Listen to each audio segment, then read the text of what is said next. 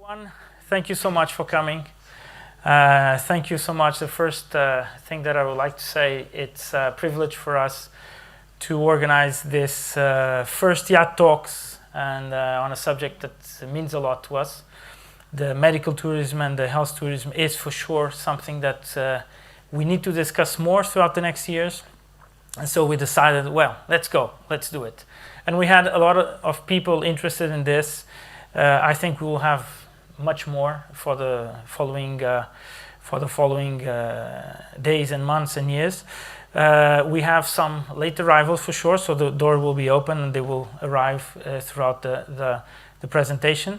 I would start by thanking all the guest speakers that we have here. We have Renata Silva Gomes from AICEP, Pedro Oliveira from Hotel das Amoreiras, representing the Portuguese Dental Association, Dr. Óscar Madureira, Vasco Morgado, President of the Parish Council of Santo António, Lisbon, and André Chen, our colleague and co-founder of the IAD Lisbon.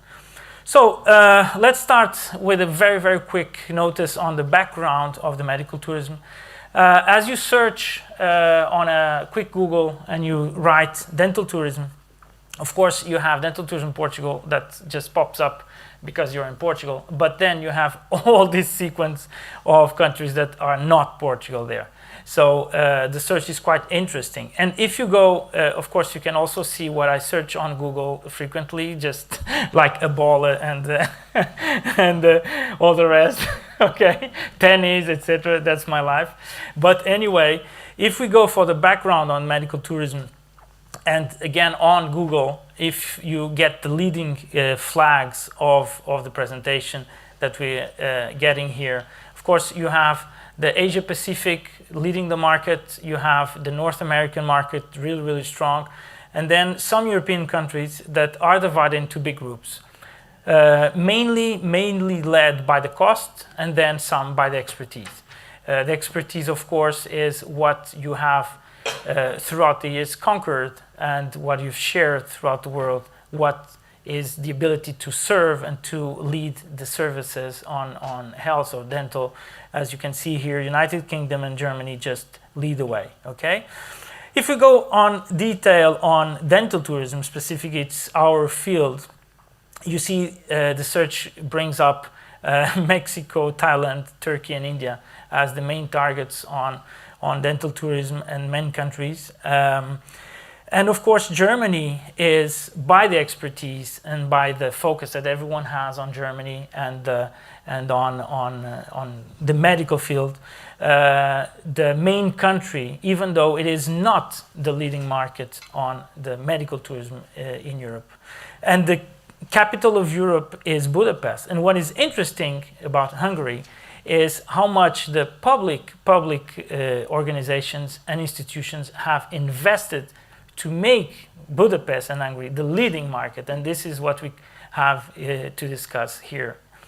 What maybe you don't know is the market size is estimated for the medical tourism to reach 346 billion in 2032, which is more than three times what we have today. Over 14 million people travel for medical tourism worldwide, and Singapore, for example, just welcomes over 500,000 tourists for medical tourism. Europe is the fastest growing market, and the leading countries, of course, have public and private investment. Here another figure from the precedent research, because we have different doctors, different fields here. We can see how much the oncological field, the orthopedic field, and the cosmetic field just are much over the dental field, which is our field. We just come last, okay? On the dental field, so the future of dental and the health tourism on dental field is, as you see, expected in 7 years to more than quadruple the revenue, which is the biggest growth on medical tourism worldwide by field of health. It's 4 times the growth. And what is interesting for all the dentists that are here is this is led by private clinics and dental clinics and not by hospitals, which is also very, very interesting. So what we have here as the future of health tourism is that we have some decisions that will create high impact, some decisions that will have low impact and short-term or long-term impact. And as you can see on the high impact long-term, the high treatment costs in developed countries is a big driver. But at the same time, you have a big restraint, which is the issues with the follow-up. So not only we have to develop the field inside the country, but we have to create the environment and the ecosystem to promote the country in relation to all the other countries and all the other experts worldwide that can have like a bridge and bridge the gap between our action and the future actions. Of course, to finish this introduction, it's very interesting that for the past years, the Portuguese Dental Association has tried through many ways to reach the point of getting dental clinics to be in the field of the dental tourism and health tourism. And last week we had the Portuguese tourism office and some news just pointing out that the dental clinics now are ready to integrate the project called the medical tourism in Portugal. So we are really looking forward. I would say that the IAD Talks is coming in the right moment because it's sharp, as we say, bullseye on the topic. So I'm very happy to introduce our first speaker, Renata Silva Gomes. She is the business development manager working at AICEP for the past almost 30 years, 29 years. Congratulations for that. Health and life science at AICEP. So I think she's the biggest expert on health and health science regarding this, such an important institution for Portugal and for the external projection of Portugal and investment. But I don't want to bother you anymore. I will leave you with Renata Silva Gomes. Thank you so much. Go ahead.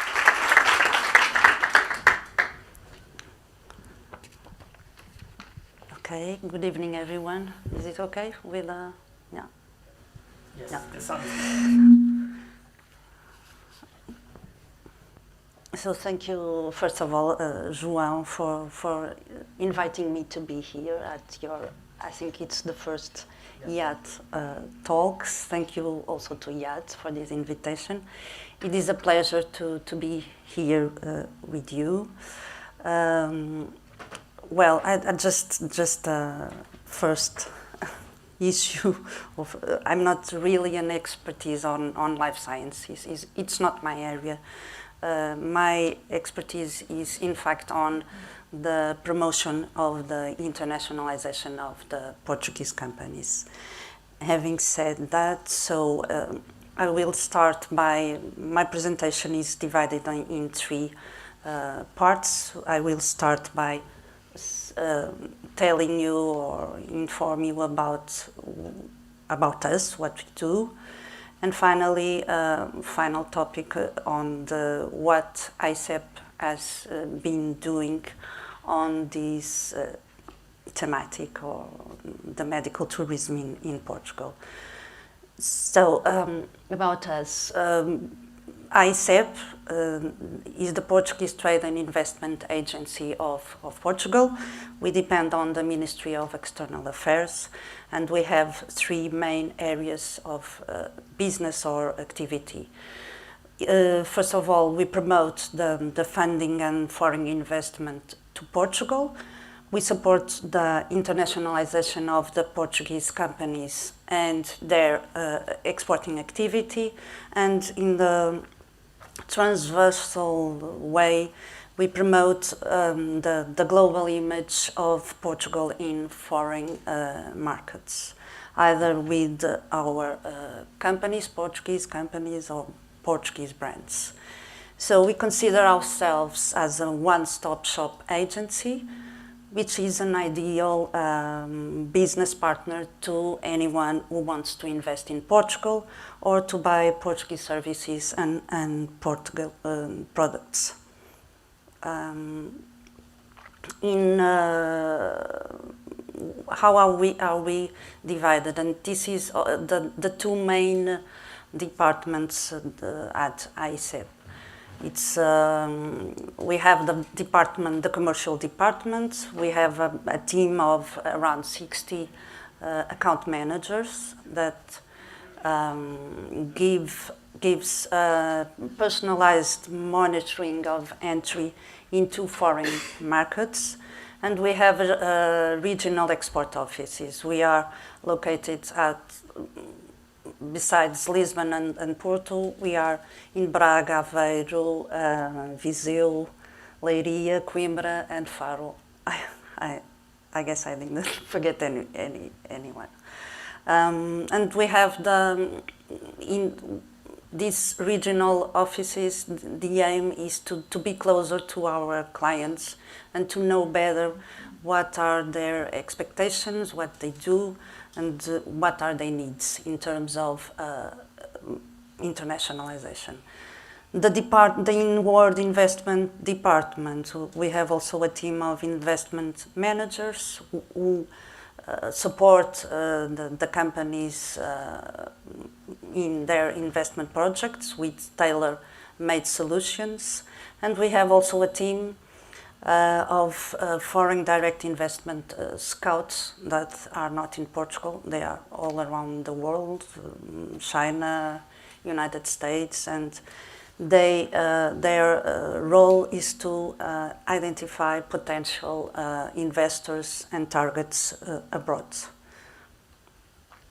So this is João asked me to speak about our external network, and I think it's our main asset, because if we were a multinational company, we were the biggest in Portugal. Our network covers nearly 70 countries, and which is an advanced front office to identify also new business, new markets, and potential investors to our country.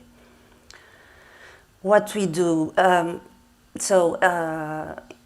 the commercial department for the international, we make an integrated management of the internationalization of the Portuguese companies by monitoring the companies at all stages in the development of their internationalization projects in three different ways.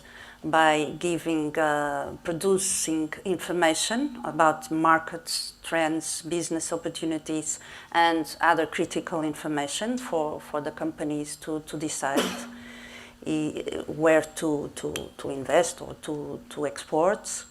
And we also we organize in-person and online training actions. We also promote a network.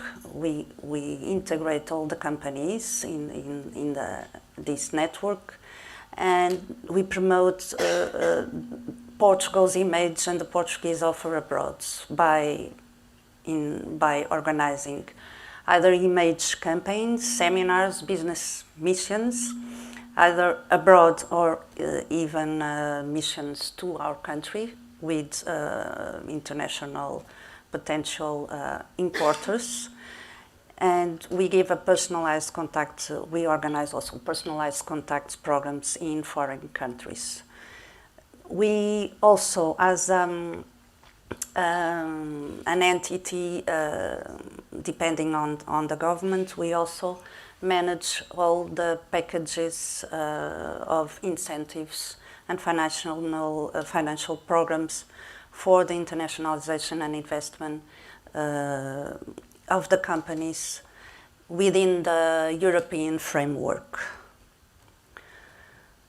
At the inward investment department, we also help foreign companies to investors in the investment development in Portugal by giving information on the availability of critical information for their decision making with customized value proposals and location proposals also.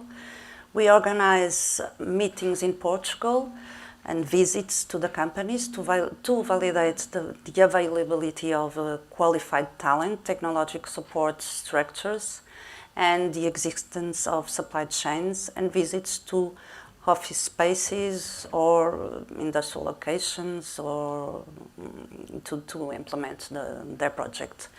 And we also promote this network with eventual partnerships with educational institutions or universities, networks also of suppliers in Portugal, and technological and industrial partners. These are some examples of our training activities. I know I don't have much time, but just to give you an example of what we do to support the companies to better prepare themselves to go to foreign markets. We have a program named Exportar Online, and this is developed before the COVID pandemic, but we had to reinforce those kind of online initiatives. Then we have this Portugal Exporta is the digital platform that helps Portuguese companies to export more in all their process of internationalization, with information, news, lists, also lists of products and services. We have also an academia on, it's called the e-Academia Internacionalizar. We have been doing a lot of e-learning, online training actions, such as the e-learning platform and the international e-commerce course. It's a kind of initiative that has been very successful and with a lot of interest by our companies. Concerning the media, we also have this Portugal Global magazine, Portugal Global. It's a monthly digital magazine, and a newsletter called Portugal News with daily news. It's a clipping to the national and foreign press about AICEP, Portuguese companies, Portuguese economy. So it's besides that we are also at the social media network. And finally, I guess this is what interests you more. I would like to tell you a bit more about what is my role at the commercial department and as a head of the health and the life science cluster. So we represent AICEP in the fora and working groups on topics dedicated to health with an impact on internationalization, and the working group of medical tourism is one of these examples. We support the sector associations in the organization of priority actions. CPHI is the largest international fair for the pharma industry. We also participate on relevant actions that fulfill the mission of AICEP in priority events. Medica Düsseldorf is also one example of a big fair on the medical devices and health technologies. We prepare promotional contents for the cluster, namely sector presentations for digital share or presentations in events like this one today. We communicate with the official entities in pursuing the interests and needs of the companies, such as Infarmed or any governmental entity. We support the companies in the submission of applications for incentives, European incentives, and monitor their internationalization projects. And finally, we and these are just some examples of what we do. We break barriers either in Portugal or in external markets, and in this department called context costs. Finally, given the fact that Portugal that we recognized that the medical tourism in Portugal has the potential to generate an annual turnover of more than 100 million euros a year, that Portugal has also good conditions to position itself international within this market, and that it is a development or a developing hub for our country. We focused also on this thematic of the medical tourism in Portugal. Those are some of the competitive advantages of this sector. I guess you all are aware of those topics. Maybe there are not updated because 2 hours ago I heard the news about the World Peace Index in I guess in 22, and we were in the 7th place in the world, but 4th in Europe in the World Peace Index. Anyway, we have a very good competitive advantages when comparing with other countries, not the countries that João presented before, but anyway, we have good advantage. And finally, to mention that AICEP joined the efforts of promoting this sector in Portugal. We celebrated a protocol in 2019, just before the pandemic. At this protocol, we have our partners is the Health Cluster of Portugal, Turismo de Portugal, and HPHP. It's the Portuguese Association of Private Hospitalization. And in fact, we didn't have opportunity because we didn't have for 2 years, I don't know, tourism into Portugal or in any other country in the world. So it was difficult to execute this protocol and everything that was previsto. Expected. Okay, so but we had time to work on a new website. We launched this new website aiming to promote the national offer in these fields. This work relied on the qualified participation of the 3 main private hospitals in group of hospitals in Portugal, CUF Saúde, Luz Saúde, and Lusíadas Saúde.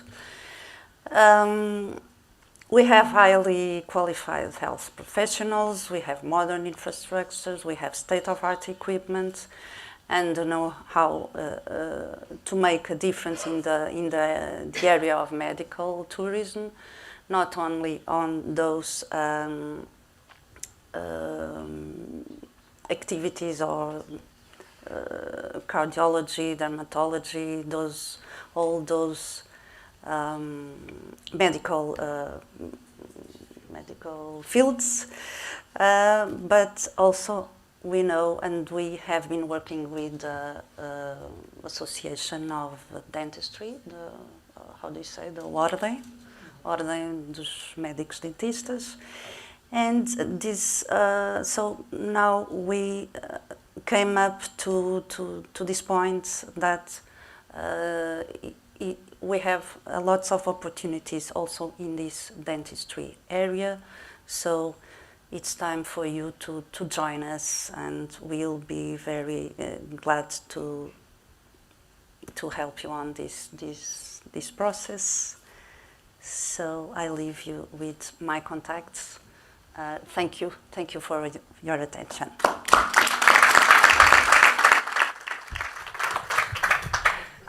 Okay, thank you so much, Renata, for bringing this topic and all this introduction to how much the AICEP can help us on our pursuit for the final objective of having Portugal the health tourism destination. And of course, as we're speaking, we have to acknowledge that this needs an ecosystem. This is not about the actual medical act and service, but we need the hotels, we need the stores, we need the restaurants, we need everything about tourism to be together in this approach, because it's a field that, in our opinion, really will get a lot of people and international to Portugal.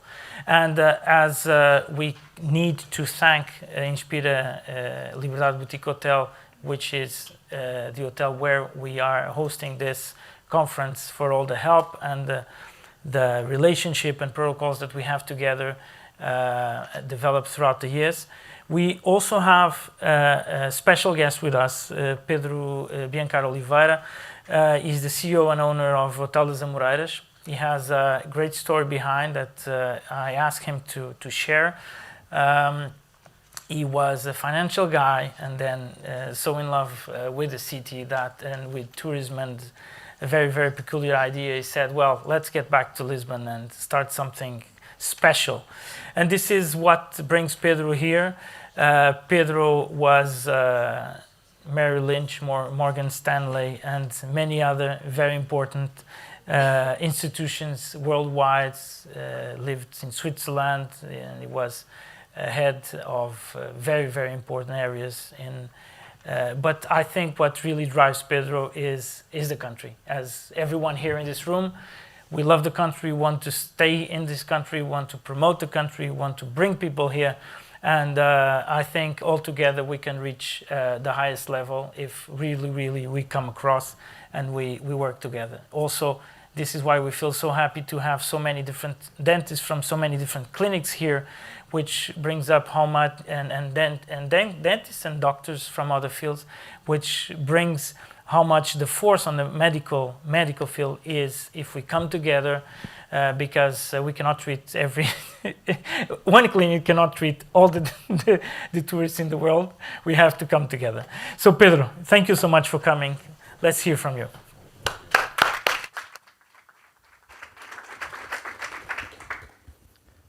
I'm an old-style guy, still, sharing my papers.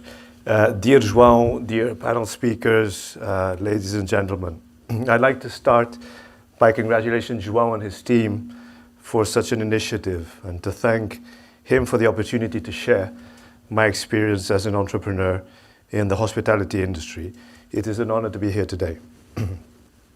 As a first disclaimer to my presentation, I would like to make it clear that I have no pretension whatsoever as an hotelier, as I'm a newcomer and just pursuing a passion. And so to anyone with experience in the sector, all my respect. I resigned from 20 years of banking career to pursue a dream and to open a small but grand hotel in Lisbon, my hometown. And therefore I'd like to share a few ideas with you. The first one is trying to be useful. I think it's extremely important. After my banking careers and seeing all these layoffs and M&As, I'd always ask myself what happens next. So everything being equal, what will happen to me next year? Maybe a salary increase, maybe layoffs, you never know. The only thing you know is if you don't add value, you become disposable. And that was my fear. Only because you love something and you do it with passion, you become an added value member. I always remember when working in banking, I used to have these terminals, the Bloomberg terminals, where you see movies, lots of screens and people with antennas. And one of the quotes one day I saw when I opened my Bloomberg said, "The most successful people are the ones that execute well Plan B." And we were in the middle of a crisis, and I said, "Oh my God, what's my Plan B? I don't have a Plan B." And that made me think. So, being useful, I think, is an important tool. Second thing is about attitude. And the good news about it only depends on you. I mean, it's really up to you to make the difference. And attitude comes with small contributions within a big picture. I always give the example in my passion for hospitality, and when I was a banker, I was able to visit the hotels, not anymore. And I used to see this gentleman in the Four Seasons, which is, a very good example in the hospitality business, and he was polishing glasses. And he's been there for 20 years. And I would say, how can you motivate someone polishing glasses for 20 years? It's impossible, right? It is not impossible if the gentleman believes that his contribution is not only about polishing glasses, it's all the setting. So you'd arrive to the Ritz restaurant, and he would say, "You see all of this? I made it." It's much more than polishing glasses. These people celebrating, these people enjoying their time, I made it possible. So when you understand that you contribute to something bigger, your attitude makes the difference. And I think that's very important. The third thing I would like to share is drive. Drive is not all about money. In my interim, when I resigned literally from banking, which is not an easy decision, I'm married and have 3 children, I did a postgraduate in hospitality management. And at the time, I was double the age of every kid learning there. And one came to me and said, "I know all about you. I read about your story, but there's one thing I don't understand. Weren't you in banking?" I said, "Yes." "So what are you doing here? Isn't that the top of the top?" And I said, "It really depends on what you want." So I think that when you don't like what you're doing, it's very hard to make a difference.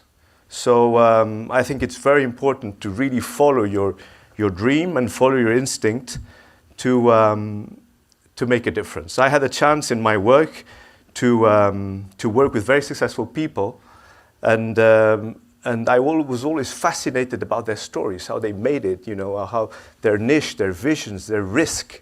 It's all about risk, what they did at the time. And by the way, risk is a Portuguese word, I think it's worth to mention, that came from the discoveries. And the great discoveries, the navigators used to draw a line we called risco in Portuguese, which was beyond, they didn't know what was happening. So that frontier of risk that we know extremely well in Portugal is what really makes these entrepreneurs make that extra step. The fourth thing I would like to share with you is perseverance. Never give up. I mean, failure is not trying. Sir Richard Branson today announced that he'd opened his second hotel in Mallorca. He waited 25 years to open the hotel. So he said it was harder to get people flying to space than to open this hotel. And we have our president here, and it was, for me, to shift from the financial industry to the real economy was a real shock. I mean, in financial services, you press a button and something happens. You sell a stock, 2 days later you have the money. You wire it out, you do whatever you want. In the real economy, there's no button. And if there's a button, chances are it doesn't work. So I had an extremely traumatic experience with institutions and authorities I dealt along the way to build up my project because of the lack of credibility. You didn't know, the rules of the game. And it's not because the president is here, but I have to say that the Junta de Freguesia and your team were extremely helpful. And at the end of the process, the president, the mayor of Lisbon, Carlos Moedas, was extremely professional and extremely helpful. When you have such a dream, all these bureaucratic things, you have to overcome them. And look at Richard Branson, it took him 25 years. The fifth thing and last thing is never stop learning and hearing. I mean, decision taking is a very lonely process, but it's very important that you hear everyone so that you make sure you take the right decision and you consider it well. Going back to my first point in trying to be useful by adding value brings me to health tourism, which is all about upgrading our customer profile and our customers here. I firmly believe that each professional in every sector has to go beyond the strict execution of its function. In the case of a doctor, it's the human touch, the research, the experience, the expertise. In hospitality, it's not just a place to sleep, it's much more than that. It's create a scenario, an environment where people are happy and they can share and enjoy their moments. They say if you want to go fast, go alone, and if you want to go far, go together. And this is a case where we have to go together. Portugal relies on tourism, and tourism for me is much more than sunbathing and golf. I encourage authorities to work in Portugal's brand as a health tourism destination, flattening the demand and diversifying our sources of customers to further increase our pie of long-term customers. As a conclusion, and taking on the years I've lived in Switzerland, Switzerland has a long tradition in hospitality and in health tourism. I was checking the numbers, and apparently there's a Euro Health Consumer Index, which Switzerland is number 1. They extremely well combine hospitality with the health tourism. Portugal is surprisingly number 13, way above Spain and Italy, which ranked 19 and 20. And the characteristic I realized in these short ranking of countries is that the less populated countries do better than the most populated countries. So there's no reason why Portugal shouldn't be ranked among the top 3, and I'd like to see that happen soon. Thank you very much.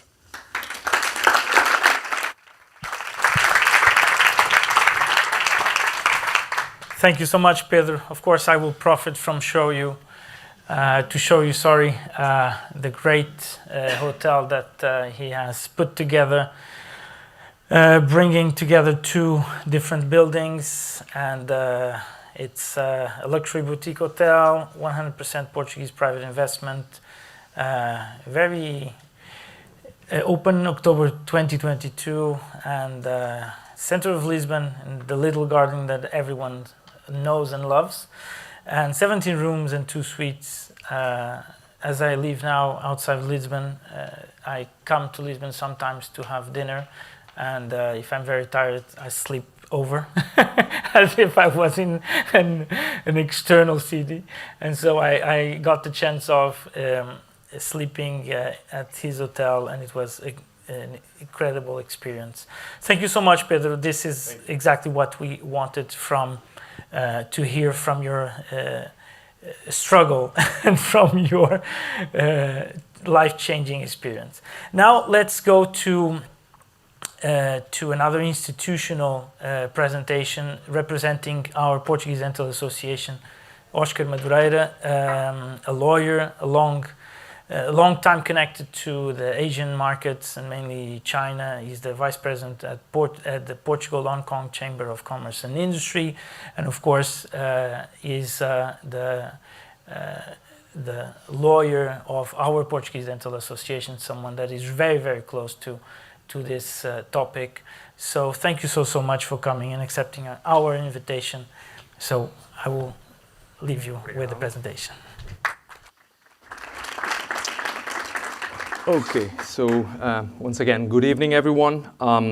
So on behalf of Portuguese Dental Association, OMD, I'm going to use the Portuguese acronym. I think it's easier, and we can all understand that. And also on behalf of the President of the Board, the Bastonário Dr. Miguel Pavão, thank you very much to João and André for the invitation. This topic is very trendy these days. Like you said in your presentation, it's been recently announced by the Portuguese authorities that dental medicine has just came into the loop for this the cluster we're trying to create in Portugal. And OMD is fully committed sponsoring and not sponsoring, let's use the right word, supporting for the time being, supporting this entrepreneurship. So allow me to start to provide, well, everyone knows what Portugal Dental Association is, so let's skip this. Also, my presentation is going to be based in Números da Ordem, which is the annual report on oral health OMD publishes every year, right? So the last one, has been edited and published into 2022, last year, referring to 2021 numbers. So the number, allow me to remind you that the current number of practitioners, medical dentists, it's 12,235. Of course, we were talking outside that some of you may have licenses higher than this number, but as you know, OMD doesn't cut the numbers, so keep adding new numbers every year. Probably you already know that this implies a 5.1 growth of the 2020 number. And the average of age in dentists is also surprisingly young.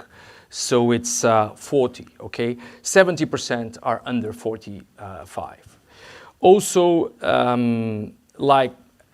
oppositely to this audience, which is, I was seated enough time to count the ladies and the gentlemen, and we are more or less equal at the room, but in your profession, we have 61% females against 34% of males. Nationality is also interesting because, of course, we're in Portugal, majority is Portugal, but Italy comes second with 10%, and then Brazilian, which is a long-standing provider of head counting to the market, comes next. The dentist density in Portugal is also quite high compared to the worldwide standards imposed number, which is about 2,000 medical doctors for one medical doctor for 2,000 people. In Portugal, we have 1 to 846, which is quite high. Of course, we'll see later on that this is not a national trend. Like in many other things, Lisbon and most of coastal areas are quite different. In some parts of the country, the numbers are much below this one. In terms of suspensions, I put this number here because this is critical, because we have this amount of practitioners that do not practice dental medicine, which is something that is also interesting to analyze and to see what your colleagues think about the profession, and how important it is to keep working on the topic that people spend 6 years working on or study on. Another interesting number is the number of people that works overseas. So number of associates or dentists that works overseas, and this is 26% of Portuguese dentists works in France. And then we have another significant number in the UK, apologize for the double percentage number, as well as Spain, the Netherlands, also a significant market, and of course other continents, including Middle East and so on. In terms of students, we also have a significant number. It's 3,840. It's 37.8% of this amount are foreigners.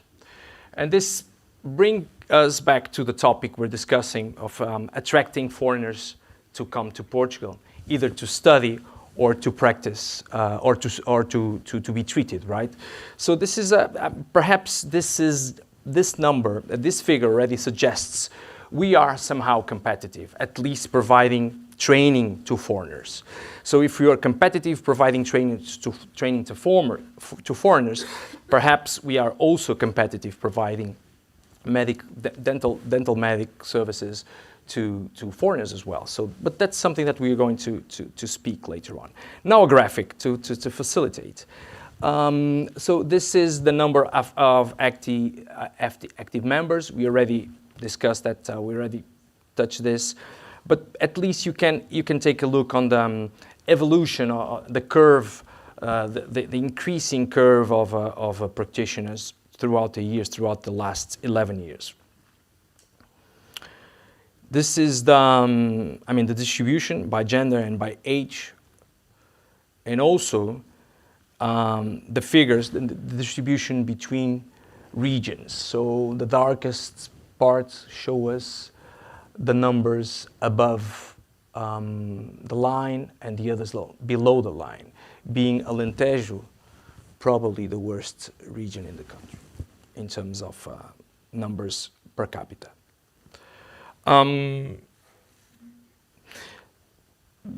I took this slide from the numbers of the order for this, the annual report, and it was announced like the immigration problem, which is the number of people, the number of students that every year run away from the country, which is significant also.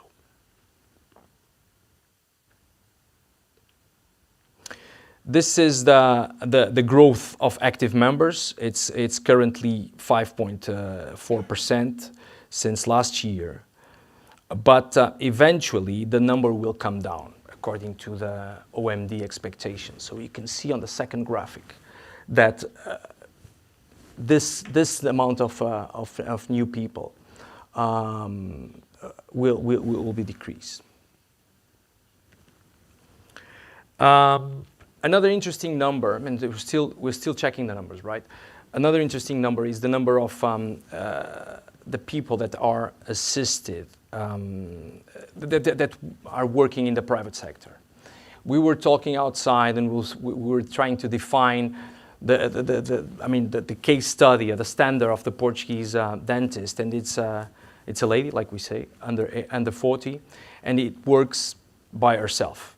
So it has its own clinic, or individually, or it working for a third party, but works in the private sector.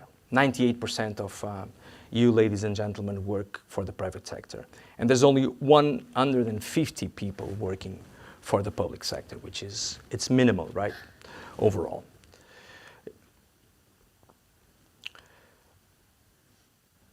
What is, so the thing, allow me to go back just to stop and to basically start providing some details or some guidance on what is the policy of OMD through this new scheme we're living, or new trend we are living of the future of the health tourism is in Portugal. So OMD is fully committed, first of all, to promote this idea, to enter in any kind of organization that can enhance our capacity to attract foreign clients, to treat foreign patients. And what is the role of OMD throughout this idea?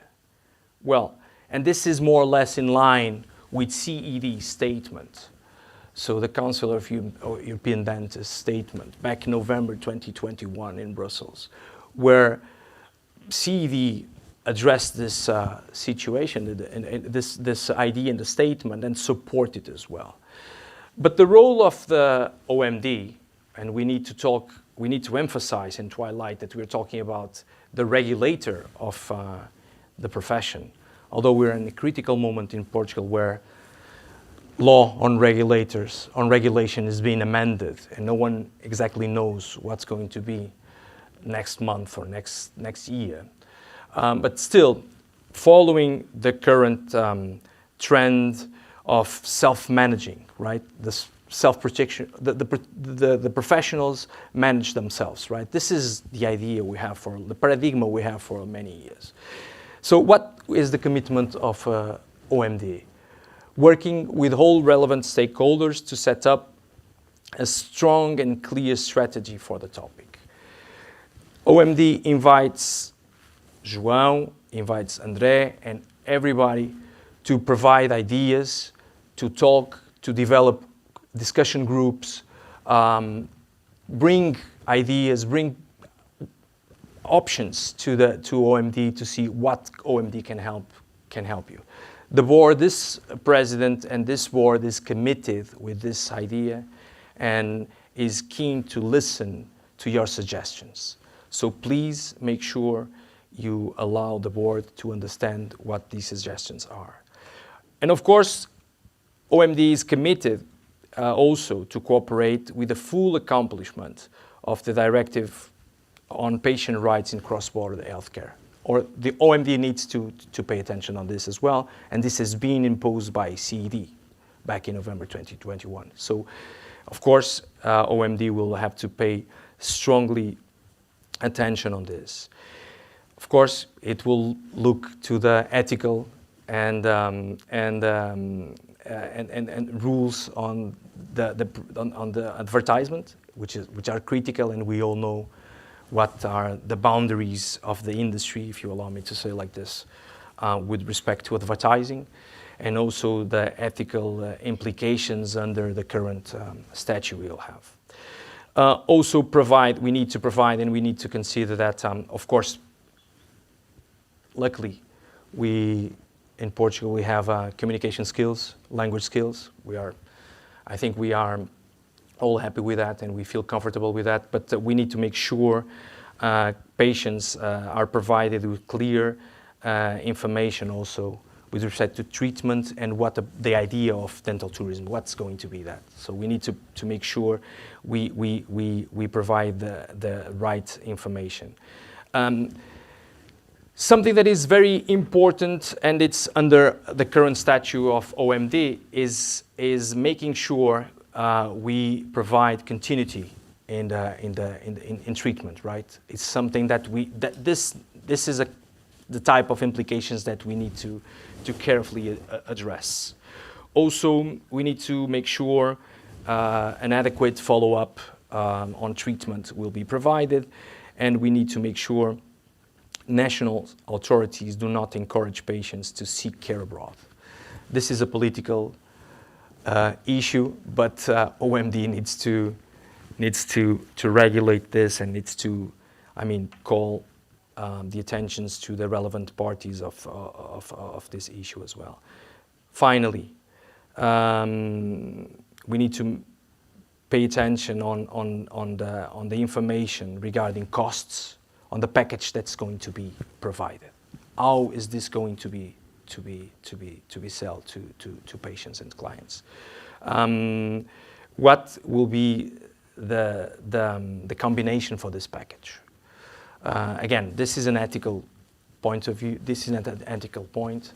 It may not be relevant on a daily basis for you all, but we need to consider what kind of issues this may bring us. And OMD will be also, paying significant attention to this point as well. But anyway, this is the strategy. This is what's in place and what is suggested from a regulator standpoint. But again, the critical idea and the key point is OMD and the board is committed in supporting this new strategy, supporting its associates and the associates who are looking to this as an opportunity. Again, we are very good, and the last slide was the best travel destination we had this some time ago, and I think we have the infrastructure, we have the people, we have the know-how. We are very competitive in terms of pricing. Don't get me wrong. I don't want to look like some minister we have some time ago saying that Portugal was competitive because we had lower salaries. That's not the point. But I think we need to make sure this is somehow advantageous to us, right? This can bring some potential clients to us, and I think we can also focus on that, although this is not the main idea, the main goal. Again, I will say thank you once again. Open to discussion, and please feel free to address your suggestions and your ideas to OMD. OMD is a very young board of directors, and which is it's not newly appointed, but it still has the willingness to change. So for those who see this as an opportunity, I think you should address OMD and bring these ideas to try to take the chance, right? That's the most important. Thank you so much.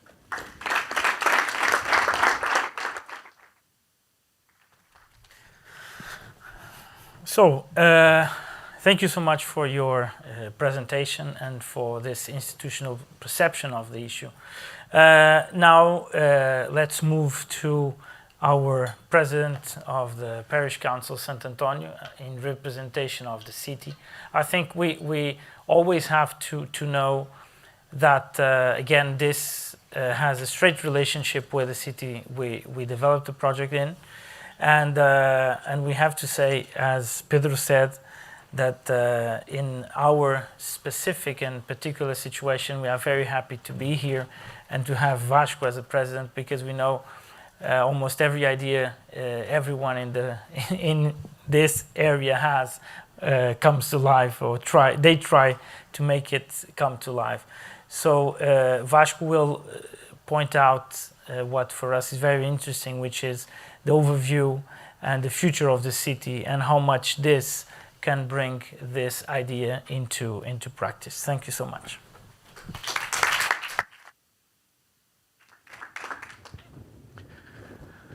Good evening, everyone, and thank you to João by the inviting for me for being here. It's an honor to participate in your first IAD Talks, and for sure we're going to help you doing the second, the third, the fourth, with the presence of the mayor, Carlos Moedas. I was texting him by saying what's happening now here, and he said, come on, let's go. I want to know more about it. So we have a second one now with a real mayor, not the president of the parish. But I'll be in that too, but in that seat. So it's an honor for me being here. So I'm going to be I have the easiest task of all. I'm just going to be the agent to participate and cross the bureaucracy that we all talk about it, that Pedro talk about it here, that the order talk about it, the AICEP also. I'm gonna try to be your partner for the baby steps, and then we all growing up, and then we will walk together, but always to the front. So the parish has a lot to gain with this kind of tourism, because they came, they stay, they overstay because they have the procedures, they have the several things that they have to do, as João taught me that in our conversations with me lying down in the dental chair. So he talked, I listened. So, but it's kind of a walk and the procedures to make this thing happen. I saw the numbers in the other countries, and I didn't know that we only have 115 dentals in the public. I was asking André, so how come this is happening? So we have to work together, and that's the secret. That we have to work together for this to come alive in Lisbon, in Portugal, but we have the smartest thing that we could have here. You guys, these guys, and the political way of doing things with our hill that we want to do it. And really, I will stay here until 2025. After, I don't know, but I will help you, and I want to help you guys with this, because this is very important for us. The numbers that you presented, the things that you all do in your offices, not only in the dentals, but in the clinics, in the pharmacies, everywhere. So the health tourism is one step behind the normal one that came here 2, 3, 4 days and then go to home, and then maybe they will come back. And I know for sure that if I went to Turkey to put some hair now, I think it's I think it's normal now. I will come back later to see that with the new hair. So maybe they will come again and stay again more days and spend their money with us, with you, with the coffees, with the restaurants, with everything. So let's try to not oversize the things. Start with small steps, like you guys here. Second one will be with more people. Third one will be bigger. I'm not talking about Web Summit because that's, but maybe we will go there some way and somehow. But it, like OMD has a youth direction, so are the parishes in Lisbon now, so are the city hall, so are the local owners of the hotels. It's the new generation. It's the first generation that was born with freedom, and it was raised in freedom. So we have different ideas, and we just don't see the small things. We try to see the whole picture. So I'm Portuguese. I'm very proud to be Portuguese, but I'm a citizen of the world. So let's, with the help of the parish, I don't know, maybe with the licenses, with Tiago helping with the license of the small things after in your side doors, with the license of the new clinic, wherever it goes. So the parishes are the first step to the people, and we are the lower base, but we are the things that you guys have names, not numbers, not IDs, the card ID. Here we all know everybody by the name, so it's easy for us to work with you in the streets, in your offices.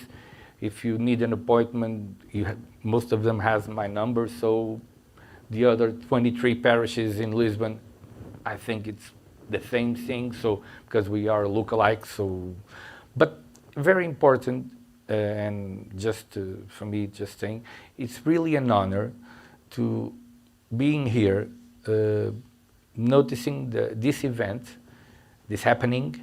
It could be a very big step for Portugal and for Lisbon in the health tourism, because it's a way to see the tourism here, that it's a good way to see the tourism, because now we have the balance is over climbing for one side, but if we talk about this kind of tourism, the people will understand and open the doors again, and instead of being like, I know I have the notice that the digital nomads are starting to going out because they don't want the food, they are not well cared. So, but let's put it otherwise. This is a new tourism, this is a new entry, and this is a new way of looking in our businesses. We have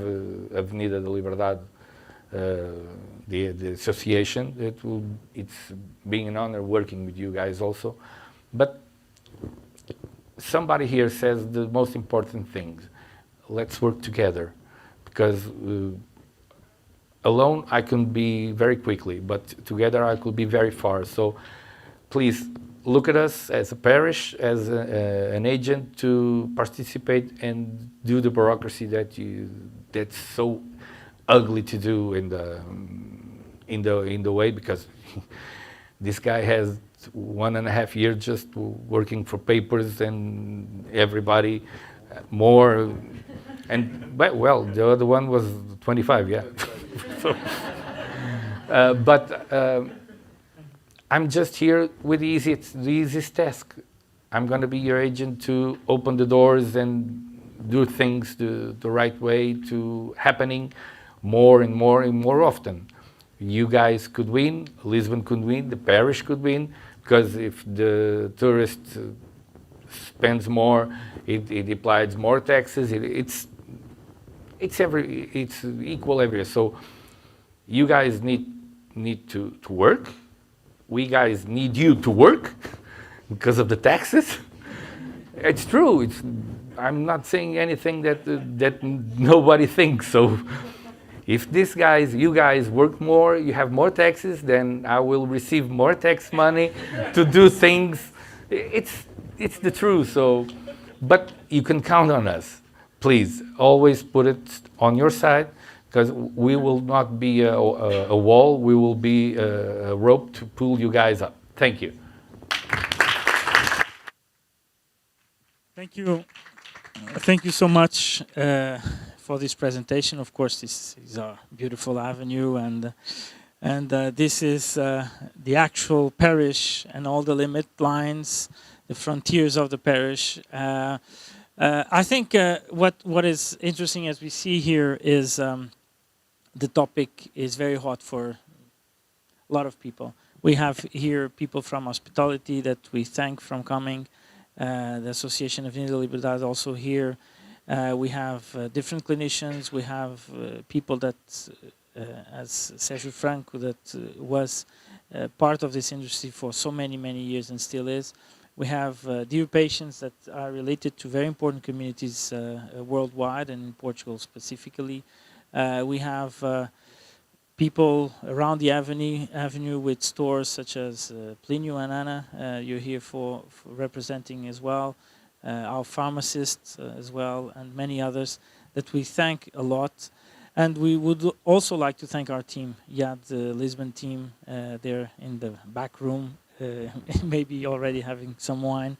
But it's my pleasure to present André Chen, co-founder of the International Advanced Dentistry and director of the implantology department.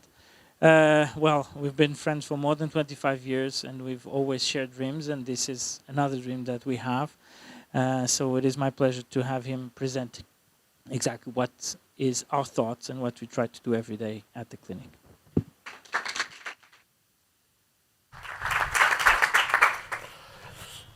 Well, thank you very much.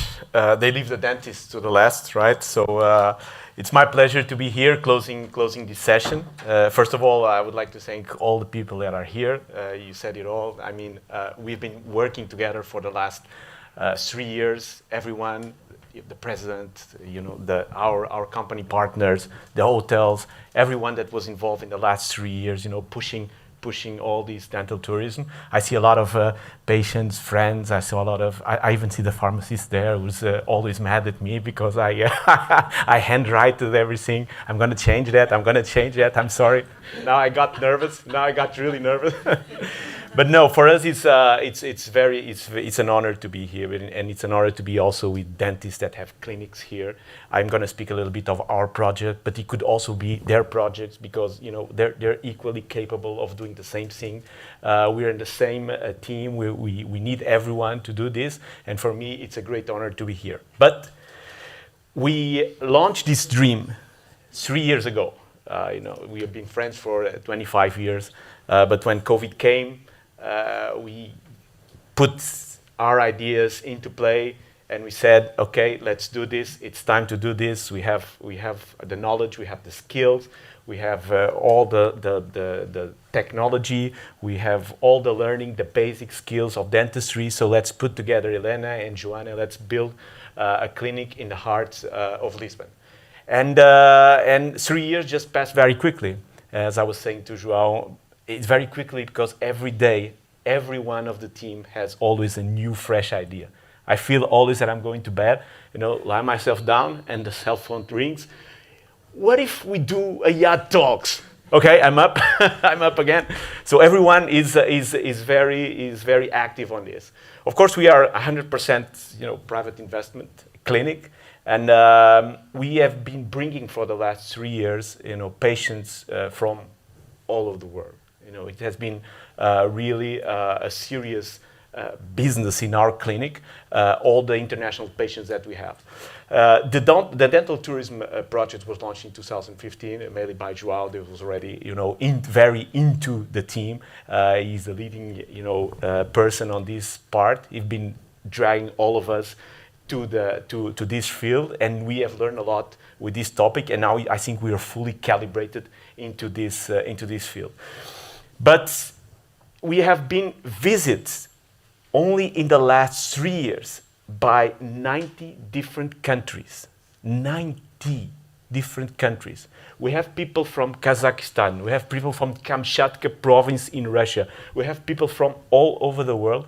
And for us, it has been amazing.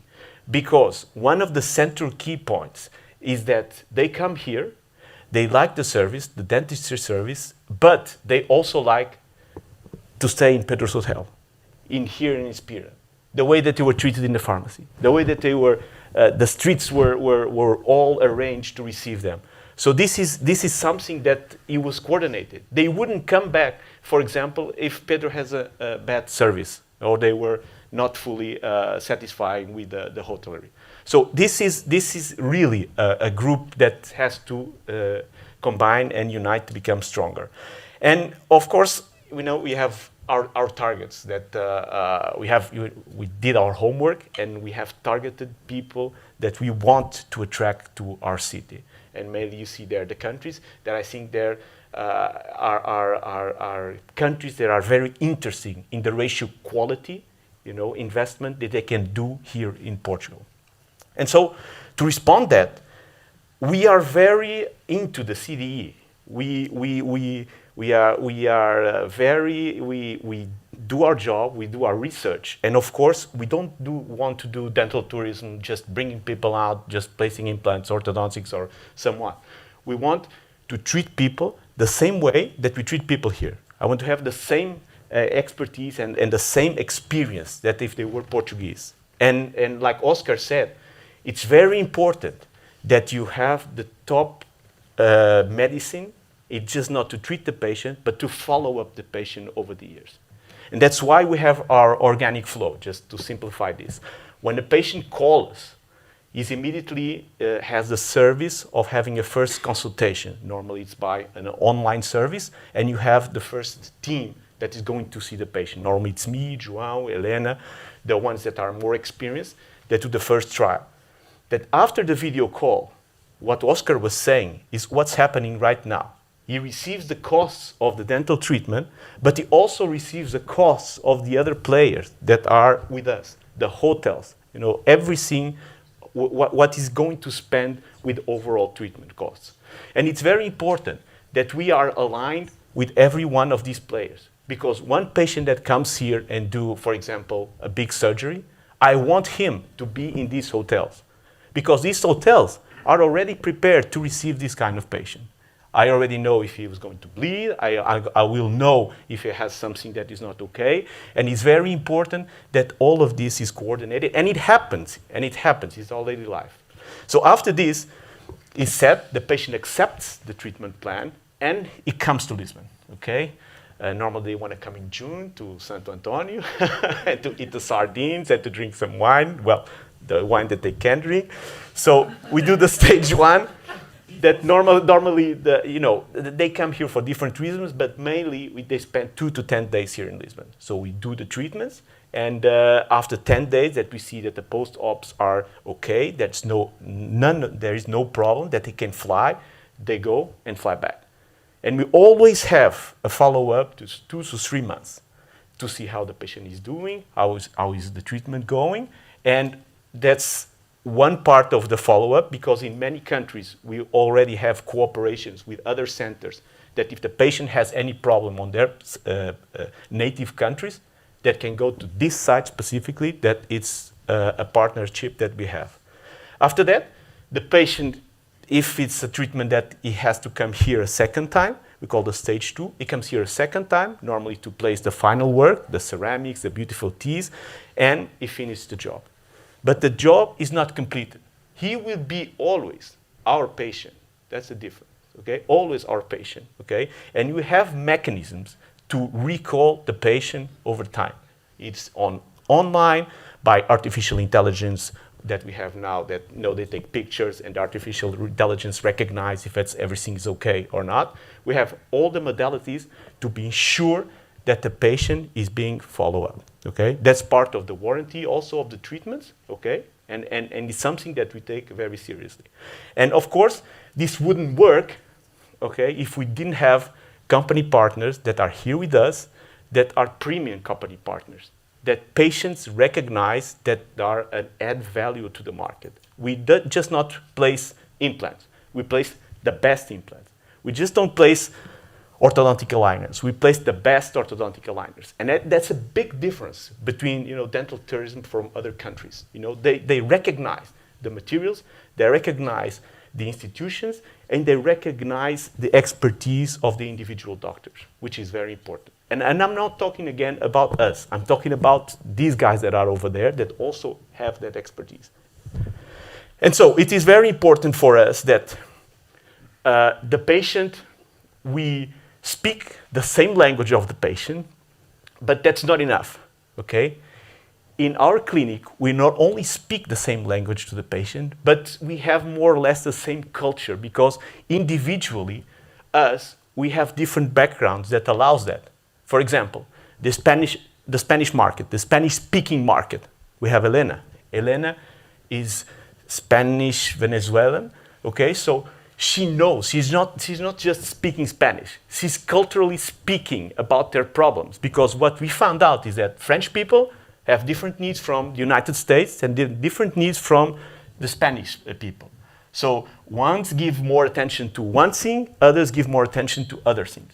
In our clinic, we have different backgrounds. For example, I graduated in New York University, so I know how to speak with them. I know what are their problems. When US citizens come to our clinic, I already know what I have to do.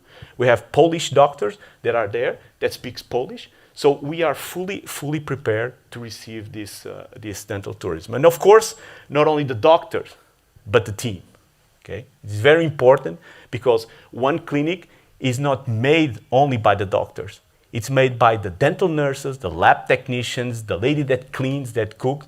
Everyone is synchronized in receiving these people from abroad.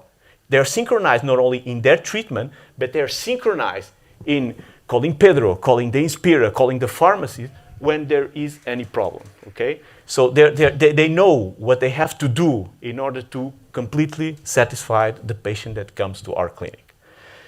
And the experience of the patient is a very fast, highly technology team that will give the best treatment in the shortest time so you can enter, go out, and the fastest way possible, enter on the maintenance phase.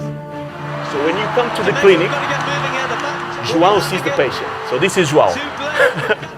So the objective of João is to rapidly identify what the patient needs in order to tell me what I need to do on the implant side or the orthodontic side.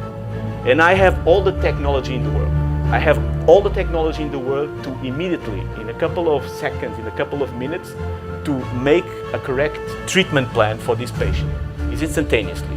And they recognize the technology and they recognize the expertise. So my job here is to take the patient to the best experience possible with dental implants. That is my field.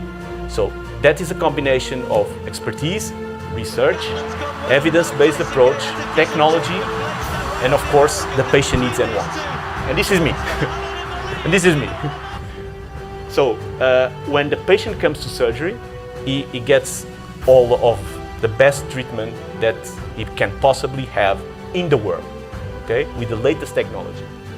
So after 2 to 3 months, my job is to give again the patient to João. And João, with DOSA technology, will make all the difference in the world. We will be definitely number one in what it comes to treating patients from abroad. Because the team is ready, the players are ready, the parish is ready. We just have now to combine ourselves and make this happen, make this possible. So the patient goes home again with a very highly sophisticated dental treatment. And this, I think, it's not the future. I think it's the present, but if we all combine ourselves, we can be one of the leading countries in the dental tourism. Thank you very much.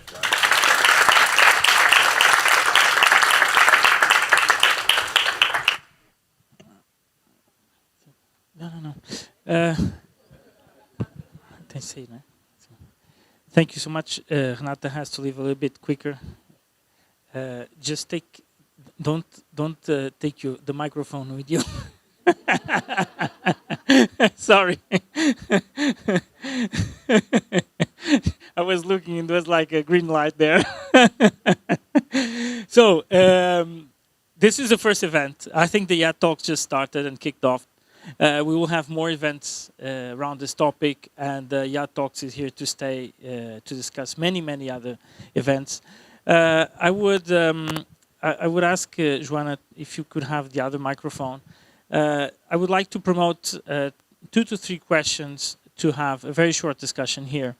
And I would like to have the help of my colleagues. We have some colleagues here that have had an experience throughout the years in trying individually, privately, to search for the gold pot of medical tourism.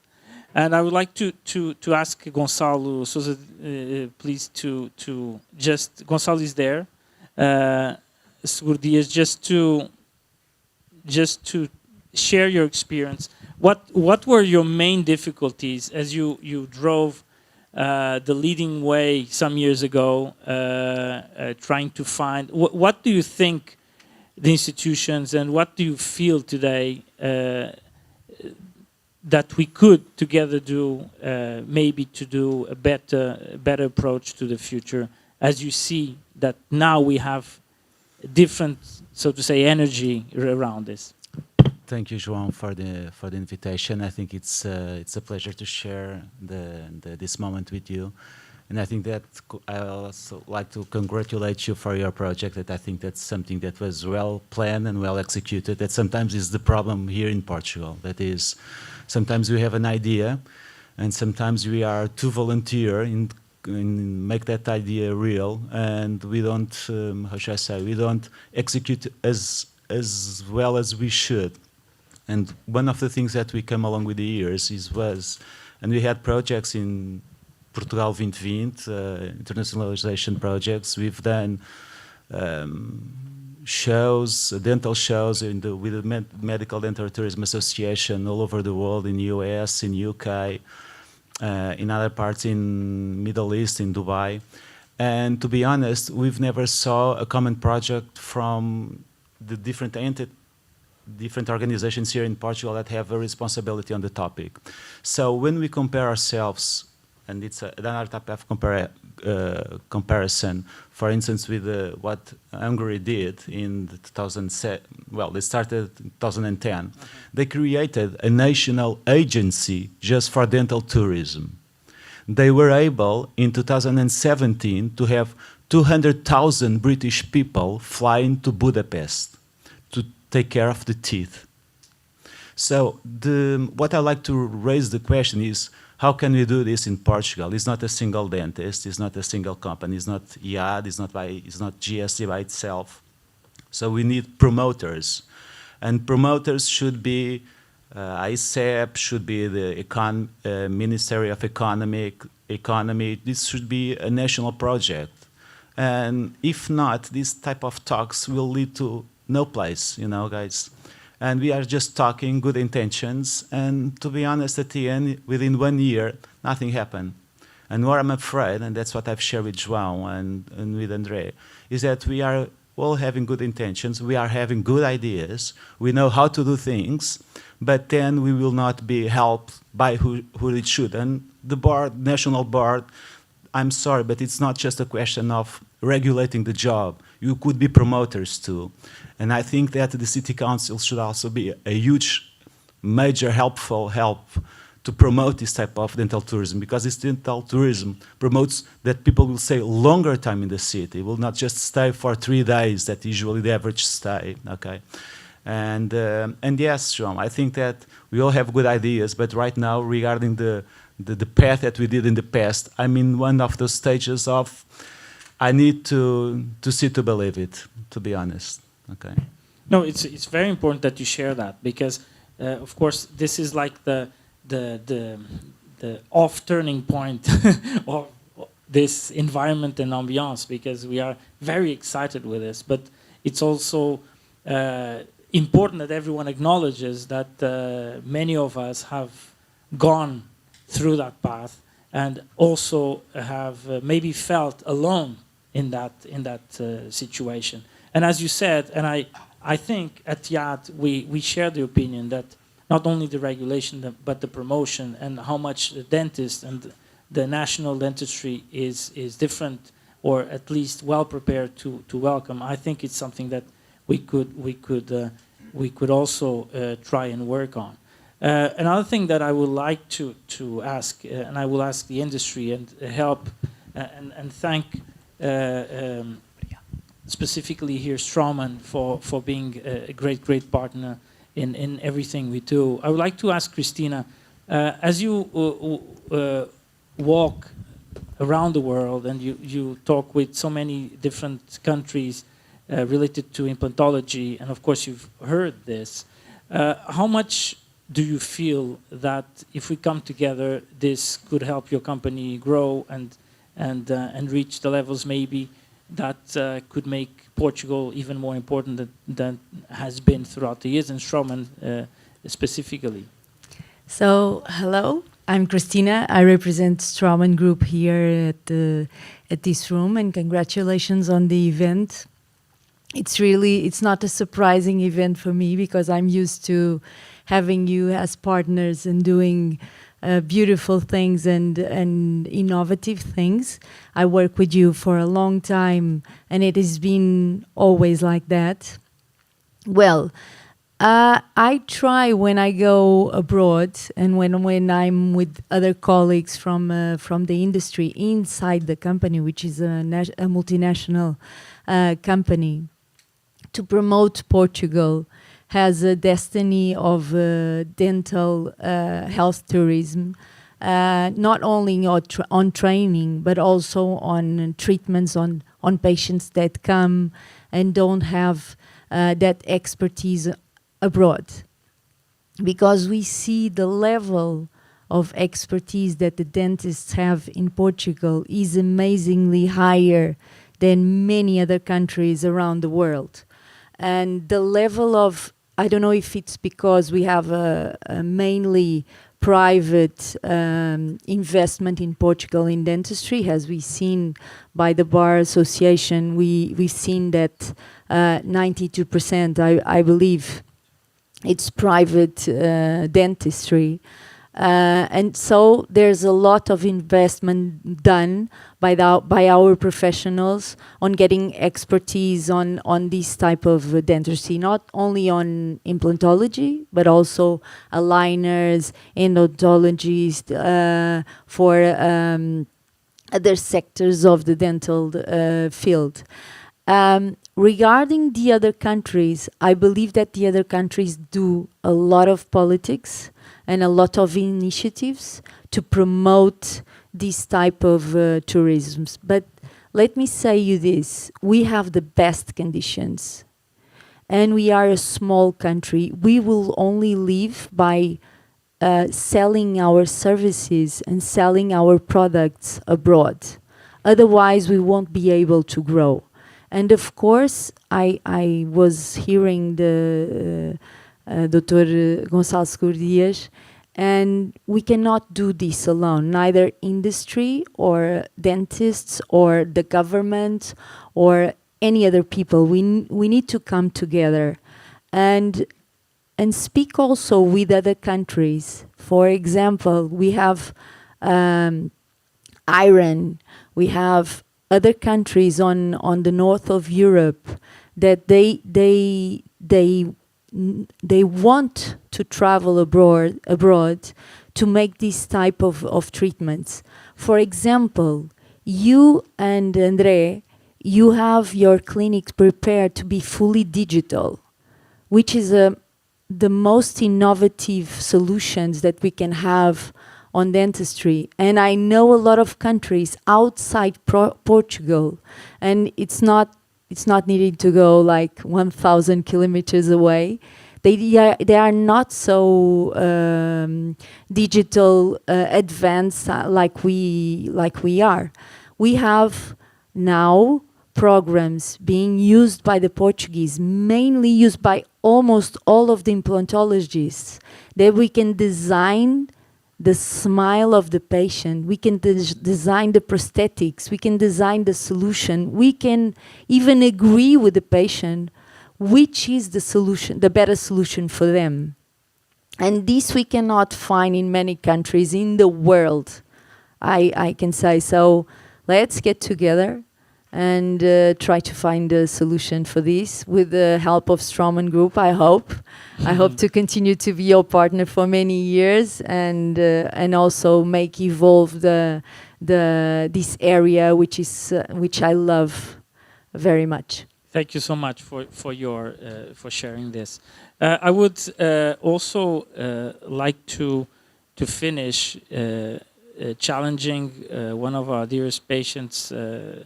I hope you don't mind, Mr. Georges Chambaz, if a lawyer and close to the Ismaili community, how much we could work together with the communities, and how could we address the experiences that yourself coming to Portugal, now living in Portugal, after so many years in your home country and now experiencing this, how do you find that we could transmit the difference? How can we do better together to call people to come to Portugal? Oh, thank you very much. Difficult question to answer, as we have heard this evening. There are so many variables, and as you rightly pointed out, the involvement of each piece of the puzzle is so important. As you kindly stated, Martine and I, we've lived all our lives until 2 years ago in Paris, and very recently, so 2 years ago, came to live in Lisbon. And of course, I will not spend time saying how much we appreciate your country and the people, but it's a very important part of our life now. Portugal, and especially Lisbon, is our home. And in the process, we have discovered your dentist services. And I must say, as you kindly remarked a moment ago, that it is very special compared to what we've known in Paris, in the best dentist services in Paris. How to describe this feeling? I think, João, you mentioned during your presentation the word synchronicity. It is quite remarkable to see and feel as we came in contact with your practice, how we were taken charge of by everybody. The simplicity of your welcome, but at the same time, highly professional. First of all, the feeling that you could be welcome in your own language, even if you could speak a little bit of English and hardly any Portuguese. But this feeling that you were welcome and actually absorbed in your institution was a first feel. The second feel was great organization, professional organization, like organizing the day on which you would perform with all your team services that in Paris I would remember would probably require 5 or 6 different sessions, and you were organized in such a way that everything was done in one day. Even for a rather complex services, I think that is absolutely key to your project of bringing here new patients from abroad. Do you think, from what I understand that you stated, do you think dentistry should act on training synchronicity and Yes. train? I think synchronicity is develop absolutely key. Different protocols, you mean? Yes, it's absolutely key. Now, I was reflecting, listening to you, that certainly part of the future for your group is foreign patients that you would bring into the country. But I would also like to stress, but of course you know that, but I don't think it was mentioned tonight, foreigners that live in Portugal. I'll give you an example. I was speaking with someone at the French embassy recently, and the gentleman told me, well, we have approximately 16,000 French people registered at the consulate, but from what we learned every day from our Portuguese colleagues in the Ministry of Foreign Affairs and other departments of the country, there are probably 80,000 French people living in Portugal. So you see the discrepancy. It is. I think it's probably, you probably have similar examples of people coming from other jurisdictions, which they would be coming to you from a shorter distance than those that you would have to bring from abroad. Yes. Thank you for your feedback. I don't know if anyone from the speakers would like to say anything. And thank you. 480 will French lived in the parish, registered. How many? 480. I'm not surprised. It's a lot.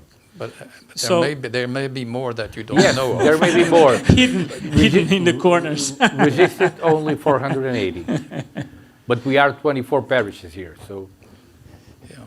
Okay, so again, thank you so much. Thank you to the team. Thank you to the hotel. Thank you to the partners. Thank you to the public. Thank you for those that are home and listen to this YouTube live. Thank you to the speakers mainly for accepting our invitation. And we will call the next IAD Talks soon. And I hope you stay tuned to the news. And now we just would like to invite you to a small cocktail outside. Thank you so much for having this time with us at this first IAD Talks.